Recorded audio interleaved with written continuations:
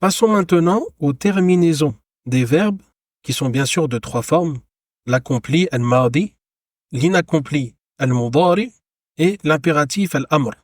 Ce qui est simple, c'est que al-madi et al-amr sont invariables, mabni. C'est-à-dire que grammaticalement, rien ne peut venir changer leur terminaison. Par exemple, pour l'accompli, on a dhahabtu pour dire je suis parti ou samirtu, j'ai entendu ou autre. La terminaison du verbe est ici le sukun. Donc on regarde la dernière racine du verbe qui est la lettre B, on voit qu'elle porte le sukun. Donc là, dans ce cas-là, on dira qu'il est mabni en portant le sukun. Et donc, quand on utilisera dhahabtu dans une phrase, quelle que soit sa position, quelles que soient les prépositions que tu mettras devant, la terminaison ne bougera pas, ce sera toujours un sukun sur le B dans dhahabtu. Ensuite, pour l'impératif, c'est pareil, c'est invariable. Par exemple, idhab, pour dire à un homme, pars. Ou bien ijlis, pour dire à un homme, assis-toi. Ou bien uktub, pour dire à un homme, écris. Peu importe dans quelle phrase se trouvera l'un de ces verbes, rien ne pourra changer sa terminaison. Et vous avez vu la conjugaison de l'impératif dans la leçon 14, on le conjugue pour 5 pronoms, donc les 5 pronoms de la deuxième personne. Anta, anti, antuma, antum, antunna. Donc quand je parle à un homme, je dis idhab, pour dire pars. Quand je parle à une femme, je dis idhabi, pour lui dire pars. Quand je parle à deux personnes, que ce soit deux hommes ou deux femmes, je dis idhaba. Quand je parle à plusieurs hommes, je dis idhabu, pour dire partez. Et quand je parle à plusieurs femmes, je dis idhabna. Petite parenthèse pour idhab, quand l'impératif finit par le sukun, c'est-à-dire quand il est conjugué pour anta, comme dans idhab, ijlis, uktub, si jamais après lui, il y a un mot qui commence par une hamza de liaison, comme par exemple le mot al-an, pour dire maintenant, qui commence par alif lam et donc par la hamza de liaison, pour pouvoir effectuer la liaison, je vais prononcer une kasra sur le b. Je vais dire idhabil an, pour dire par maintenant. Mais grammaticalement, on considère que la terminaison reste le sukun sur le b. Et que la kasra qu'on va prononcer n'est qu'une harakatul wasl, une voyelle de liaison simplement. Mais la terminaison grammaticale reste le sukun. Quand je dis idhabil an, même si j'ai prononcé une kasra sur le b, la terminaison reste le sukun. Donc l'impératif, lui, il est invariable. Voilà pour le cas du mardi et du amr, qui est simple, ils sont invariables. Par contre, pour le cas du mudari, l'inaccompli, il faut détailler. Vous voyez ici 3 branches. Pour la première branche, l'inaccompli est invariable, mais pour les deux autres, il est variable et il faut détailler ces différentes terminaisons quand il est variable. Première branche, quand l'inaccompli est ce qu'on appelle muttasil binoun niswa, c'est-à-dire qu'on attache après lui le nun niswa, et ça on le trouve quand on le conjugue pour deux pronoms, pour antunna, quand on dit antunna tadhhabna, et aussi pour hunna, quand on dit hunna yadhhabna, pour dire elles partent. Et dans ce cas-là, l'inaccompli est mabni, il est invariable. Quand on lui suffixe le nun du pluriel féminin, nun niswa, alors l'inaccompli devient invariable. Et sa terminaison restera le sukun, quelle que soit sa situation. Regardez par exemple, quand on dit tadhhabna, vous partez. Ensuite, quand on met len, ça fait basculer le fi'l mudari dans le cas du nasb. Et ça modifie sa terminaison. Par contre, là, on remarque que la terminaison de tadhhabna n'a pas changé. C'est toujours le sukun sur le b. Quand on dit len tadhhabna pour dire vous ne partirez pas. Et ensuite, quand on met lem, on voit que la terminaison ne bouge pas, ça reste également le sukun. Pourtant, lem fait basculer le mudari dans ce qu'on appelle le cas du jazm, il le rend majzoum. Mais là, on voit que le verbe tadhhabna n'a pas été modifié, donc il est mabni ici, il est invariable, en terminant par le sukun sur le b. Et ça aurait été pareil avec yadhhabna quand on conjugue pour hunna. Donc retenez que le fi'l mudari est invariable quand on attache après lui le nun du pluriel féminin nun al-niswa. Par contre, pour les deux branches suivantes, le fi'l mudari est mu'rab, il est variable. On va regarder d'abord cette branche-là. Donc c'est marqué al-af'al ou le khamsa, les 5 verbes. On entend par là les 5 formes que peuvent prendre le mudari pour certains pronoms. Donc on a la première qui est yaf'alani, qu'on va trouver pour le pronom huma quand on parle de deux hommes, pour dire ils font. La deuxième c'est taf'alani, qu'on peut trouver à la fois pour antuma taf'alani, pour dire vous faites, en s'adressant à deux personnes, homme ou femme. Et on peut le trouver également pour huma taf'alani quand on parle de deux femmes en disant elles font. La troisième, c'est yaf'aluna, ils font au pluriel masculin, donc c'est quand on conjugue pour hum. Le quatrième, taf'aluna, qui correspond à vous faites, adressé à plusieurs hommes. Ça correspond à la conjugaison de antum. Et le cinquième, taf'alina, tu fais, adressé à une femme, correspond donc à la conjugaison de anti.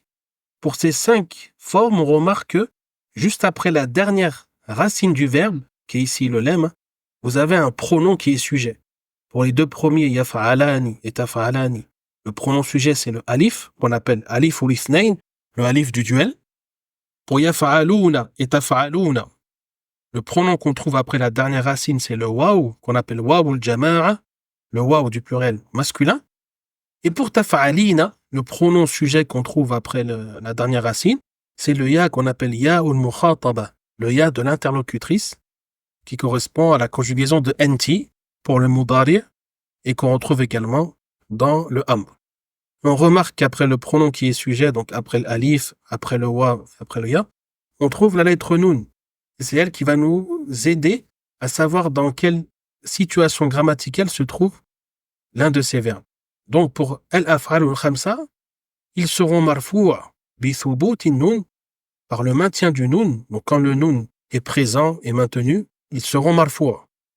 Ils seront mansoub et majzoum par la suppression du nun, ce qu'on appelle hadfun nun. C'est pour ça qu'il est barré ici et ici. Donc quand est-ce que le fi'l mudari' il est marfou'a? C'est quand avant lui, il n'y a aucune préposition qui pourrait le rendre soit mansoub, soit majzoum. Ensuite, quand est-ce que le fi'l mudari' se retrouve mansoub? C'est quand il est précédé d'une préposition qui le rendra mansoub. Et on en a vu que 3 dans le tome 2, qui sont en, len, pour la négation du futur, et li, pour indiquer la justification. Et vous voyez après 3 petits points pour dire qu'il existe d'autres prépositions qui font basculer le fi'l mudari' dans le cas du nasb. Et quand est-ce que le fi'l mudari' se retrouve majzoum? C'est quand il est précédé d'une de ces prépositions, donc comme lem, pour la négation du passé, lamma, pour la négation du passé jusqu'au moment présent, pour dire pas encore, et la nahiya, le la d'interdiction, pour interdire. Et vous avez aussi 3 petits points pour indiquer qu'il existe d'autres prépositions qui vont faire basculer le fi'l mudari' du cas raf au cas jaz. Pour ce qui est de al-af'al ou al-khamsa, ils seront marfou' bi thubuti nun, par le maintien du nun, comme dans l'exemple ici, taktubina, pour dire tu écris au féminin. Seront mansoub bi hadf nun. Par exemple, si tu mets len, ça va donner len taktuba. Au lieu de dire len taktubani, on dira len taktuba pour dire vous n'écrirez pas adressé à 2 personnes, hommes ou femmes. Et ils seront majzoum bi hadf nun, avec la suppression du nun, comme dans lam yaktubu, pour dire ils n'ont pas écrit. Donc on dira lam yaktubu, et on ne dira pas lam yaktubuna. Mais on supprimera le nun en disant lam yaktubu. Et le waw ou jama'a ne doit pas être laissé en toute fin de mot. C'est pour ça que, après la suppression du nun, on mettra le alif de distinction qu'on appelle al-alif al-fariqa. Voilà donc pour les af'al al-khamsa. Maintenant, on passe à la 3e branche, donc al-af'al al-arba'a, les 4 verbes. C'est une appellation que l'auteur, rahimahullah, a utilisée, mais c'est une appellation que vous ne trouverez pas dans les livres classiques de grammaire. L'avantage de cette appellation, c'est qu'elle est courte, contrairement à l'appellation qu'on trouve dans des livres classiques qui sera un peu plus longue. Donc, qu'est-ce que l'auteur, rahimahullah, entend par al-af'al al-arba'a? Il entend par là les 4 formes qu'on trouve dans le tableau de conjugaison du mudari', qui sont af'alu, qui est la forme pour ana, donc pour dire je fais, af'alu, naf'alu, pour dire nous faisons, donc ça correspond à la conjugaison de nahnu, taf'alu, pour dire soit donc, tu fais, adressé à un homme, soit elle fait, en parlant d'une femme, donc ça correspond à la conjugaison de anta, mais aussi à celle de hiya. Et la 4e, yaf'alu, pour dire il fait, ça correspond à la conjugaison de huwa. Donc qu'est-ce qu'on remarque? C'est les formes pour lesquelles rien n'est attaché à la dernière racine du verbe. Ici, la dernière racine du verbe fa'ala, c'est le lem. On voit que rien n'est attaché après lui, aucun pronom, aucune lettre supplémentaire. C'est ça donc qu'on appelle al-af'al al-arba'a. Donc eux, comment ils vont varier? Leur terminaison dépend du caractère sain ou défectueux de leur dernière lettre. Si la dernière lettre est saine, c'est-à-dire ce n'est ni un waw, ni un alif, ni un ya, on l'appellera donc as-sahih al-akhir, celui qui a la dernière lettre saine. Alors les terminaisons seront basiques. Ce sera la damma dans le cas du raf, ensuite au milieu la fatha dans le cas du nasb, si on met par exemple an, len ou li devant le verbe, et ce sera le soukoun dans le cas du jazm, si on met par exemple lam ou lamma ou la an-nahiya. Donc on dira qu'il est marfou' bid damma, mansoub bil fatha, wa majzoum bis soukoun. Exemple, yadhhabu pour dire il part. Ici le verbe il est marfour car devant lui aucune préposition ne l'a fait basculer dans le nasb ou bien dans le jazm. Donc il garde la terminaison du raf qui sera la damma, yadhhabu. Ensuite quand on dit lan yadhhaba, il ne partira pas. La terminaison est ici la fatha car le verbe est devenu mansoub à cause de len et donc la terminaison sera la fatha.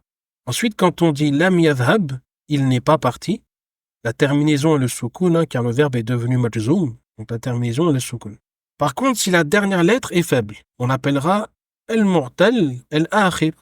Sa terminaison sera soit un alif, soit un waw, soit un ya.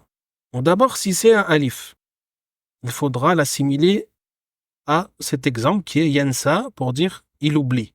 La terminaison du raf sera la damma, mais qui sera ce qu'on appelle muqaddara.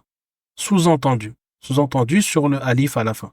C'est pour ça que vous voyez la damma ici entre crochets, c'est pour dire que elle est sous-entendue. On considère qu'elle est là grammaticalement, mais elle n'est pas prononcée. Pourquoi elle n'est pas prononcée? Car c'est impossible de prononcer une voyelle sur un alif. Donc le alif, quand il n'y a pas la hamza avec lui, c'est la seule lettre de l'alphabet sur laquelle on ne peut pas prononcer de voyelle. Donc la damma sera sous-entendue au-dessus du alif. Ensuite, vous avez pour la terminaison du nasb, une fatha qui est entre crochets, donc une fatha qui sera muqaddara, qui sera sous-entendue. Vous voyez en bas à gauche ici, donc quand la terminaison est en gris, c'est que c'est une alama muqaddara, une terminaison qui est sous-entendue. Par exemple, lan yansa, donc pour dire il n'oubliera pas, on considère que sur l'alif cette fois-ci, ce n'est plus une damma comme dans le premier cas, mais c'est une fatha, à cause de len qui a rendu mansoub le verbe yansa. Donc la terminaison est une fatha muqaddara, sous-entendu. Et ensuite, pour la terminaison du jazm, on voit que le alif, il est barré, donc il est supprimé. Comme ici dans lam yansa.